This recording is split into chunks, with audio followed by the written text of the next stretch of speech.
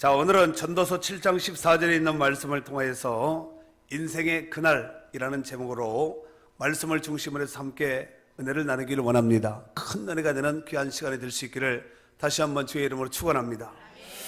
자, 오늘 본문은 그 옛날 지혜의 왕이라고 일컬은 솔로몬이 인생사를 살아가는 모든 사람들에게 어느 날 갑자기 호련히 다가오는 그날에 대해서 소개하고 있습니다. 일찍이 여러분 잘 아시는 바와 같이 전도서는 솔로몬이 기록한 것입니다. 맞지요? 정말 이 모든 일들이 음지가 있으면 양지가 있듯이 서로 간에 병행되어서 동반되어서 우리가 그 가운데서 살아가고 있다는 말씀입니다. 오늘 본문 말씀에도 보면은 모든 인생들에게 당면한 두 날을 소개하고 있는데, 먼저 첫 번째로는 형통한 날에 대해서 소개하고 있습니다. 먼저 14절에 보니까 형통한 날에는 뭐 하라고요? 그렇습니다. 형통한 날에는 기뻐하고 라고 말씀하고 있는데, 이 형통하다라는 말을 시브리 말로 토부라는 말을 씁니다. 이 토부라는 말은 선하다, 아름답다, 자비롭다 이런 뜻을 가지고 있는데, 우리가 기뻐하다는 말을 투바라고 쓰는데, 이 토바와 투보는 같은 뿌리를 가지고 있다는 것이에요. 그러니까 형통은 그냥 형통 자체로서 한나라만 형통한 것이 아니라, 형통하면 기쁘잖아요. 기쁘면 형통한 삶을 살 수가 있습니다. 아멘이지요? 성경 안에 보면은 형통의 순서에 대해서 이와 같이 소개하고 있는데, 여러분 잘 아시는 요한 3서 1장 2절에 보면은 영혼이 잘 될 때 범사가 잘 되고 또 강건하다고 이렇게 소개하고 있지 않습니까? 그러니까 하나님과의 관계가 형통하면은 결국은 범사가 잘 되고 육신도 모든 삶도 행복하고 강건한 삶을 살 수 있다는 말씀입니다. 그렇습니다. 우리가 인생을 살아가다 보면은 형통하고 잘 될 날이 있지 않겠습니까? 늘 그런 날만 있다면 얼마나 좋겠습니까? 만일 여러분 가운데 혹 이런 은혜가 여러분 가운데 주어졌다면은, 이런 은혜를 주신 하나님 앞에 감사하고 찬송하며 영광 돌릴 수 있는 축복의 성도들이 될 수 있기를 주의 이름으로 축원합니다. 왜냐하면 하나님께서는 자녀된 우리가 하나님께로부터 좋은 것을 받아서 그리고 풍성한 삶을 살기를 원하신다는 말씀입니다. 그러므로 하나님께서 우리 가운데 허락하신 축복이라면 이 복을 어떻게 누려야 되겠습니까? 풍성하게 누리고 더 많이 누려야 될 줄로 믿습니다. 요한복음 10장 10절에 보면은 내가 온 것은, 예수님께서 오신 것은 양으로 생명을 얻게 하고 풍성케 하기 위해서 오셨다고 말씀하셨습니다. 느헤미야서 8장 10절 말씀에 보면은 여호와로 인하여 기뻐하는 것이 너희의 시민이라고 말씀하셨습니다. 하지만 이 좋은 기회의 때가 우리 가운데 주어졌음에도 불구하고 우리가 만약 누리지 못하고 앉아서 원망하고 불평한다면 참으로 어리석은 바보가 아니겠습니까? 중요한 것은 좋은 것을 받았을 때 그것도 하나님 말씀 앞에서 우리가 증거를 해야 된다는 거예요. 우리 가운데 어떤 좋은 호조권이 우리 가운데 주어졌다면 그것이 과연 하나님께서 우리 가운데 좋은 것을 허락하신 것인가, 아니면은 우리가 어떤 원수마귀가 어떤 페인팅 모션을 쓴 것은 아닌가, 이런 것을 체킹하고 점검을 해야 된다는 말씀입니다. 여러분, 좋은 것이 다 좋은 것이 아니라 하나님 말씀 앞에 점검을 해야 된다는 말씀입니다. 아멘이지요? 그런데 만약에 하나님과의 관계 속에서 온전치 못한 불통 가운데 있는 상황 속에서 우리가 범사가 잘 된다면 우리가 조심하고 경계해야 된다는 말씀입니다. 성경에 보면은 우리 인생 가운데 살다 보면은 또 아이러니컬하게 앞뒤가 맞지 않는 일들이 우리 인생사 가운데도 있고 성경에도 보면은 있습니다. 예를 들어서 악인이 징계받고 막 이렇게 저주받고 안 되고 불형통해야 되는데, 악인이 오히려 의인보다 잘 되고 형통한 이런 삶을 사는 경우가 있겠어요, 없겠어요? 우리가 보기에 저렇게 나쁜 놈이 어떻게 저렇게 잘 살 수가 있겠나. 그런데 정말 하나님의 뜻대로 정말 신앙생활하고 믿음을 지키려고 하는 이런 성도들 가운데 고난이 격파들을 이루면서 다가오는 경우가 있겠어요, 없겠어요? 있거든요. 그러면은 보이는 것이 전부인가? 그렇지 않다는 것이죠. 우리가 인생사 가운데 살다 보면은 얼마든지 의인임에도 불구하고 악인의 어떤 그런 보복을 받는 경우가 있고, 악인임에도 불구하고 의인이 받아야 될 그 흉통함을 이 악인이 받아들이는 경우가 있다는 거예요. 그래서 우리 오늘 본문은 14절 말씀인데 그 아래 15절 말씀 보세요. 그 바로 아래, 내 험한 날에 사는 동안 내가 그 모든 일을 살펴보았더니 자기의 의로움에도 불구하고 멸망하는 의인이 있고 자기의 악행에도 불구하고 장수하는 악인이 있다는 거예요. 이런 경우가 얼마든지 있을 수가 있습니다. 여러분, 우리가 살다 보면 이런 일을 만나게 되면은 아니 어떻게 그럴 수가 있겠나 이렇게 해서 앞뒤가 맞지 않는 조금 이렇게 머리를 갸우뚱할 수 있는 이런 일이 발생될 수가 있습니다. 그러나 성경에서는 분명하게 이렇게 말씀하고 있습니다. 시편 73편 17절 말씀에 보니까 이해하지 못하는 것이, 이해하지 못하는 이 아이러니컬한 이 상황이 시인이 성전에 들어갈 때 그제서야 깨달았다는 거예요. 아멘입니까? 악인이 잘 되는 것이 아니라는 거예요. 의인이 어려움을 겪게 되는 것이 아니라 하나님께서 더 큰 복과 더 좋은 길로, 선한 길로 인도하시기 위한 하나님의 방편이라는 것입니다. 이것을 믿어 의심치 말고 아멘하여 하나님께 영광 돌립시다.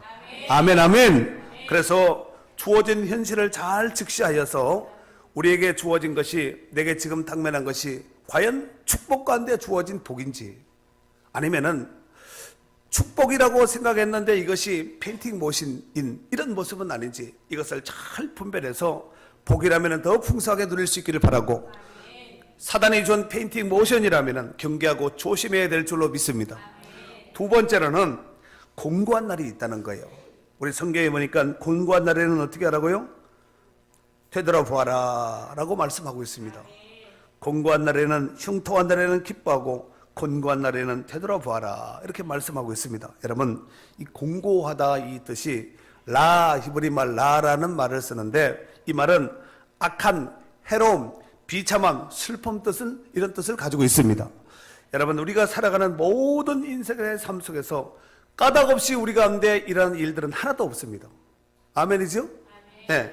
때로는 나와 전혀 상관이 없는 일도 내 편에 보았을 때는 까닭이 없고 전혀 상관이 없는 일 같은데, 하나님 편에서 보았을 때는 분명한 이유와 목적이 있다는 말씀입니다. 그 대표적인 신뢰가 바로 욥이 당한 고난입니다.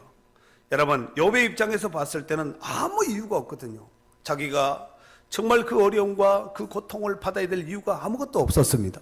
하지만 하나님 편에서 보았을 때는 분명한 이유가 있었다는 사실입니다.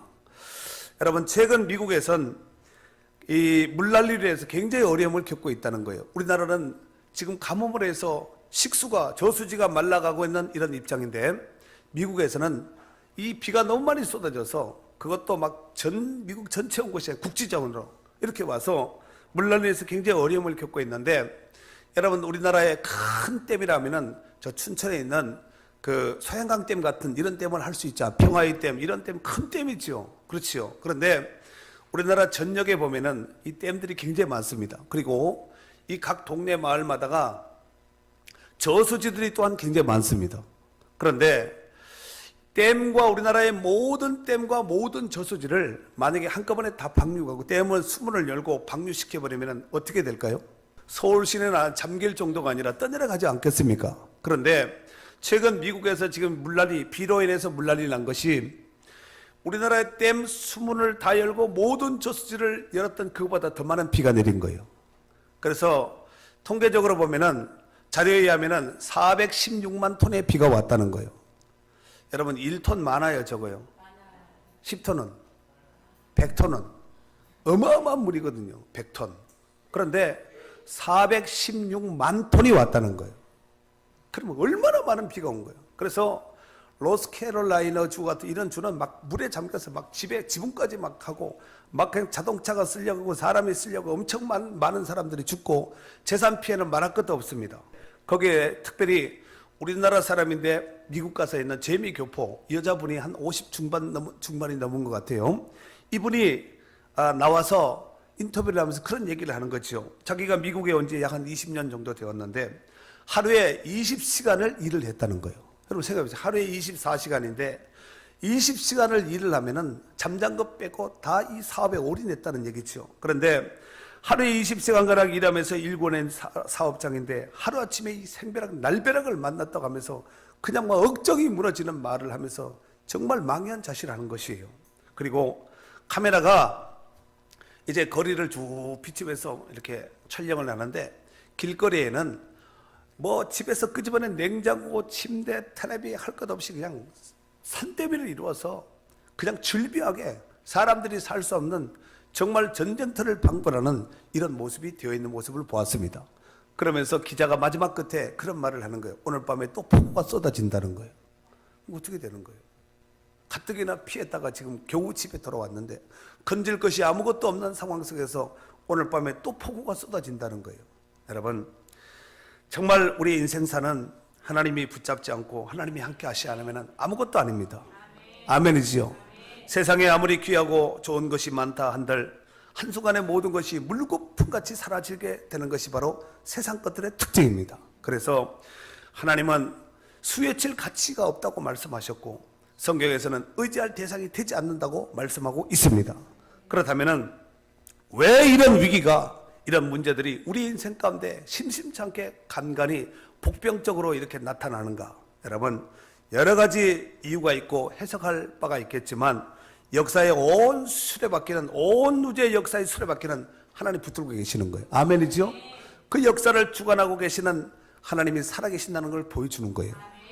그리고 세상 것 의지하지 말고 이 역사의 수레바퀴를 운행하시고 인생의 생사복을 주관하시는 하나님을 의지하기 위해서 하나님께서 가끔씩 본때를 보여주는 거죠. 자기 멋대로 하나님 없이 그냥 천방지축으로 막 살다가 이런 위기와 이런 난제를 한번 딱 만나게 되면은 하나님 앞에서의 자세를 바로하고 하나님 앞에 돌아오게 된다는 것입니다. 아멘이지요. 누가복음 15장에 여러분 잘 아시다시피 집 나간 둘째 아들이 허랑방탕하게 돈을 쓰고 생활함으로 인해서 결국은 거지 중에 상거지가 됩니다.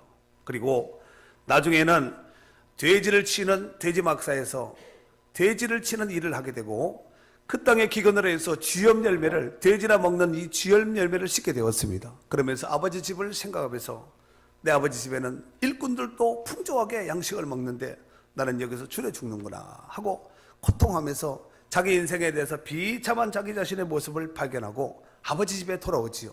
그리고 아버지 집에 돌아왔을 때 아버지가 그 아들을 다시 아들로 받아들이는 이런 모습을 우리가 볼 수 있지 않습니까? 여러분, 만약에 그 아들이 그 재산을 탕진하지 않고 돈을, 만약에 사업이 잘 됐다면은 그 둘째 아들이 아버지 집에 돌아왔을까요? 안 돌아왔을까요? 절대로 결단코 안 돌아왔겠죠. 저도 안 돌아왔고 아마 여러분도 아마 그런 입장이라면 안 돌아왔을 겁니다. 그러니까 그 고통과 어려움, 산거지 알거지가 결국은 아버지 집에 돌아오게 했다는 것입니다. 결국은 고통은 그에게 축복이 되었다는 사실입니다.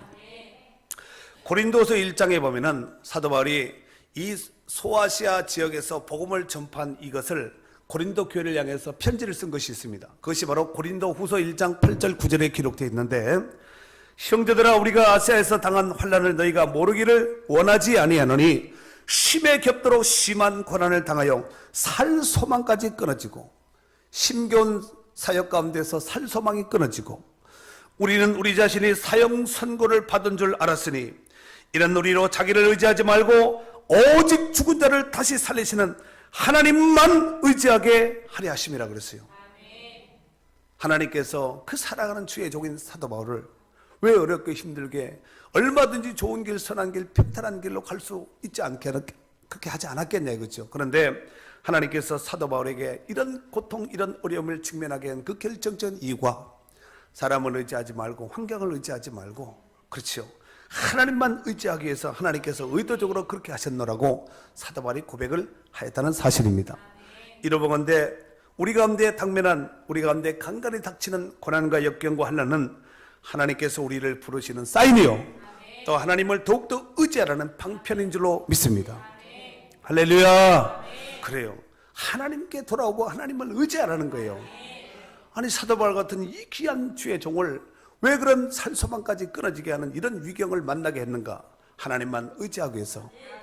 여러분, 세상 것 의지하다가 실패 본 사람, 발등 찍힌 사람들 많잖아요. 여러분 중에서도 발등 없는 분들 많죠. 저도 하도 지켜가지고 발등이 잘 안 보여요. 아무튼 하나님만 의지하게 한, 하나님께서 우리를 부르시는 사인이고 하나님을 의지하는 사인으로 받아들일 수 있기를 바랍니다. 시편 119편 71절 말씀에 보니까 시인이 이렇게 고백하지요. 고난당하는 것이 내게 유익이라, 이로 말미암아 내가 주의 율례를 배우게 되었나이다. 아멘이지요. 그러니까 우리가 고난을 만나고 어려움을 만나면은 이 공고한 날을 만났을 땐 되돌아보라 그랬거든요. 그러면은 하던 일을 멈추고 뒤를 돌아봐야 됩니다. 과연 내가 제대로 왔는가? 어디서부터 이런 문제가 발생되었는가? 요한계시록 2장 1절서 5절의 말씀에 보면은 그 에베소 교회를 향한 주님의 진단이 나와 있습니다. 그리고 처방이 나와 있습니다. 에베소 교회를 향해서 뭐라고 주님이 말씀하셨냐면은 내가 내 행위와 수고와 내 인내를 알고 또 악한 자들을 용납하지 아니한 것과 자칭 사도라되 아닌 자들을 시험하여 그의 거짓된 것을 드러낸 것과 또 내가 참고 내 이름을 위하여 견디고 게으르지 아니한 것을 아노라. 그러나 너를 책망한 것이 있나니 너의 처음 사랑을 버렸느니라. 그러므로 어디서 떨어졌는지를 생각하고 회개하여 처음 행위를 가지라. 만일 그리하지 아니하고 회개하지 아니하면 내가 네게 가서 내 촛대를 그 자리에서 옮기리라 그랬습니다. 아멘이지요. 그러니까 우리가 고난과 고통, 환난, 시련 이런 문제들을 만났을 때 왜 이런 일들이 내게 지금 이런 문제가 내게 왔는가? 이거 잘 분석을 하셔야 됩니다. 아이고 그냥 참다 보면 넘어가겠지. 세월 가면 잊혀지겠지. 이렇게 하지 말고 정확하게 잘 분석을 해야 됩니다. 여러분, 우리가 어떤 위기를 만났을 때 왜 만났을까? 아이고 내 팔자야. 이렇게 하지 말고 하나님 앞에서 자기 자신을 때로는 금식하고 기도하면서 자기를 펼쳐놓고 자기를 잘 점검하셔야 됩니다. 아멘이지요. 그래서 고난도 고통도 어려움도 분석을 잘 하시면 얼마든지 그 안에 답을 얻을 수가 있다는 것입니다. 여러분, 예수님의 고난이 왜 고난을 당하셨는가? 자기 죄 때문인가? 온 인류의 죄 때문인가? 예수님이 왜 저런 십자가를 지셨는가? 그걸 조금만 지각 있고 또 정말 하나님의 자녀라면 그걸 좀 인식하면서 정말 주님과 관계된 이런 신앙생활을 해야 되지 않겠습니까?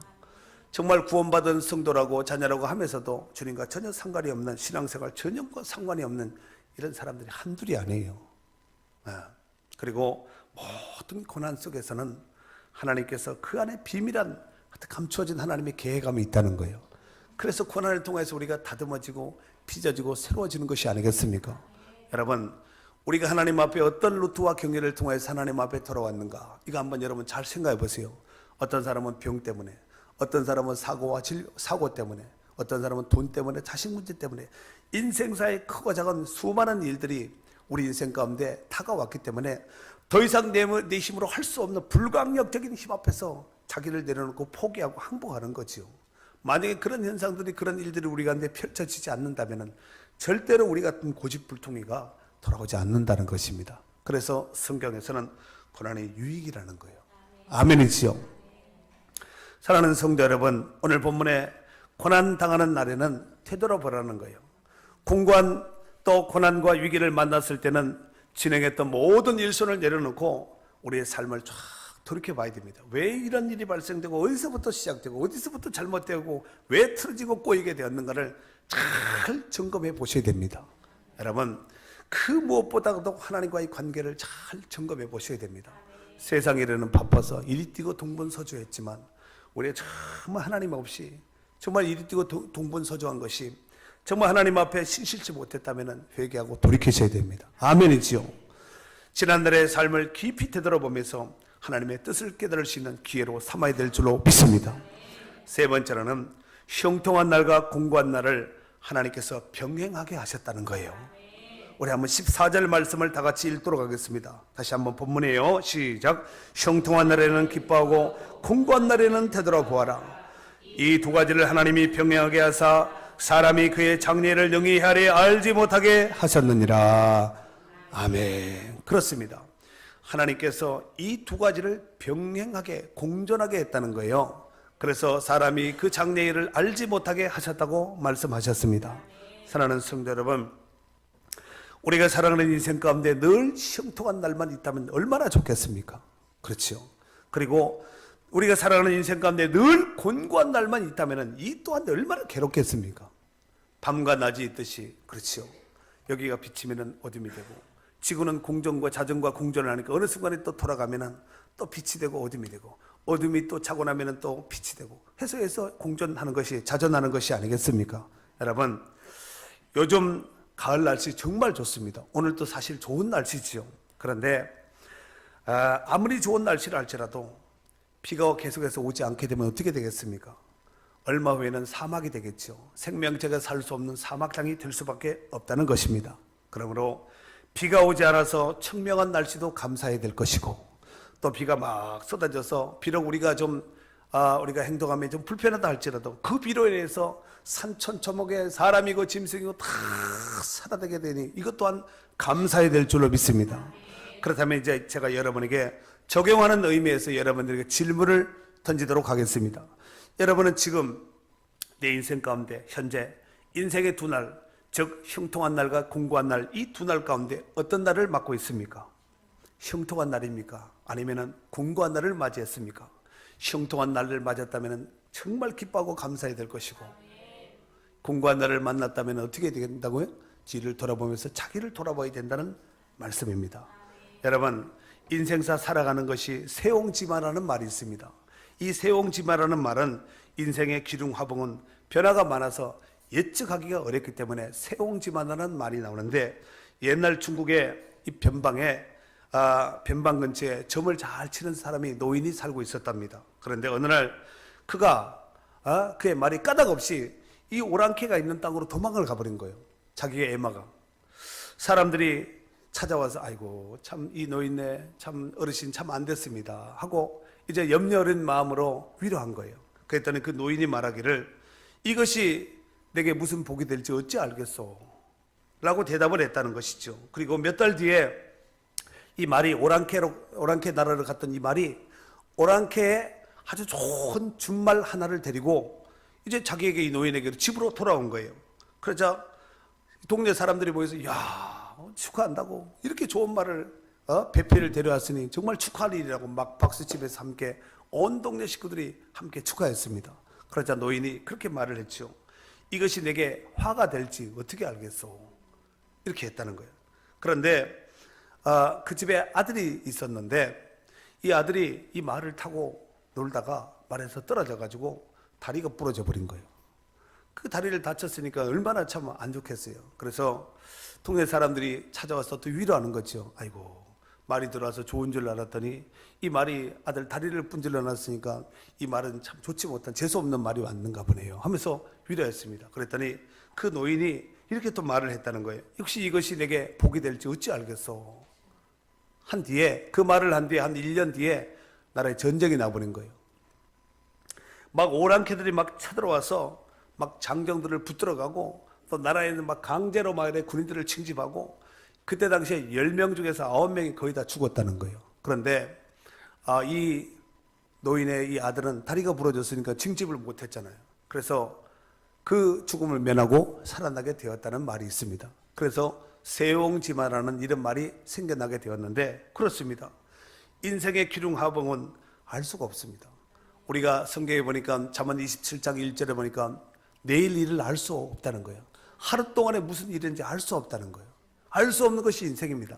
잠시 후에 또 오늘 저녁에 오늘 밤에 내일 아침에 한 달 뒤에 두 달 뒤에 1년 뒤에 10년 뒤에 우리 인생 가운데 어떤 일이 당면할지 그 어떤 누구도 예측할 수 없습니다. 예측할 수 없는 인생을 살아가기 때문에 오늘 본문에서는 하나님을 의지하고 살아고 하나님께서 이 두 가지를 병행하게 하셨고 사람을 하여금 그 장래의 일을 청량하지 못하도록 예측치 못하도록 하나님께서 그렇게 만들으셨다는 말씀입니다. 아멘이지요. 사랑하는 성도 여러분, 정말 우리가 인생을 살아감에 있어서 내일 일 정말 잘 될까? 혹시 잘못되지 않으면 어떻게? 잘못되면 어떻게 할까? 이런 염려해서 사람들이 보험도 들고 나름대로 어떤 준비와 이렇게 내일 어떤 사건의 일들에 대해서 예측해서 준비하지 않습니까? 그렇지요. 그런데 예수 믿는 사람들은 우리가 분명하게 해야 될 것이 있습니다. 그것이 뭐냐면은 우리의 내일은 어떻게 되겠습니까? 틀림없이 잘 될 수밖에 없습니다. 아멘이지요. 우리의 내일은 생각하면 기대가 되면 흥분이 되고 아멘이지요. 여러분의 자녀들을 바라볼 때 기대가 되면 흥분되지 않겠습니까? 여러분의 자녀들은 반드시 잘 될 거예요. 그냥 막연한 여러분이 아니라 성도의 자녀는 하나님께서 잘 되게 하시고 성도의 기업은 잘 되게 하실 거예요. 성도의 내들은 더욱더 풍성케 하실 줄로 믿습니다. 아멘이지요. 로마서 8장 28절 말씀에 보면은 우리가 알거니와 하나님을 사랑하는 자 곧 그의 때로 부르심을 입은 자들에게는 모든 것이 합력하여 선을 이룬다 그랬습니다. 그럼 제가 한번 이 말씀을 한번 풀겠습니다. 풀어보면은 우리가 알거니와 하나님을 사랑하는 자, 여러분 하나님 사랑하시나요? 그 다음에 곧 그의 뜻대로 부르심을 입은 자들은, 여러분은 부르심을, 그의 뜻대로 부르심을 입었습니까? 그렇다면 모든 것을 하나님께서 합력하여 선을 이루게 하실 줄로 믿습니다. 잘 될 수밖에 없다는 것이죠. 지금 공고한 입장을 만났다 할지라도, 지금 환난과 시련과 어려움을 만났다 할지라도, 여러분 밤이 낮이 되듯이, 그렇죠, 금방 세옹지마라는 말씀을 드렸다시피, 여러분 그 지금은 안 좋은 것이 나중에 잘 되게 하는 그 양념이 되고 소스가 되고 지름길로 가는 첩경이 되게 하실 줄로 믿습니다. 그러니까 오늘만 보면은 인생이 공고한 거예요. 그러나 오늘만 보지 말고 오늘의 이 모든 고난이 장차 우리에게 나타날 영광과 좋게 비교할 수 없다고 말씀하셨으니, 오늘의 이 모든 열악하고 불편하고 고통과 환난과 시련 가운데 있는 현실들이 내일로 감에 있어서, 내일의 소망을 이룸에 있어서 결정적인 소스가 된다. 이러면은 그것 또한 감사하면서 잘 통과해야 될 줄로 믿습니다. 평생의 모든 꿈 허물어져 세상의 친구 다 떠날 때 어둠에 앉아서 울지만 말고 예수님 품으로 나오시오. 어둠 밤 지나면 새날이 오고 겨울이 가면 봄이 오듯 이 세상 슬픔이 지나고 나면 광명한 새날이 다가온다는 것이에요. 아멘이지요. 사랑하는 성도 여러분, 사도 바울이 이런 고백을 했습니다. 빌립보 4장 11절 이하에 보면은, 내가 궁핍함으로 말하는 것이 아니라 어떤 형편이든지 나는 자족하기를 배웠느니 나는 비천에 처할 줄도 알고 풍부에 처할 줄도 알아. 모든 일 곧 배부름과 배고픔과 풍부와 궁핍에도 처할 줄 아는 일체의 비결을 배웠노라. 내게 능력 주시는 자라서 내가 모든 것을 할 수 있느니라. 아멘입니까? 그러므로 우리가 어떤 형편 가운데 처한다 할지라도 수에칠 가치 없는 인생을 의지하지 말고 오직 산 자와 죽은 자를 심판하실 이 철장 권세를 가지신 그 주님만이 우리 인생의 삶의 이유요 분명한 목적임을 명심하고 날마다 주님을 더욱더 의지하며 전천후 감사하는 축복된 성도들이 될 수 있기를 주의 이름으로 축원합니다. 축원합니다.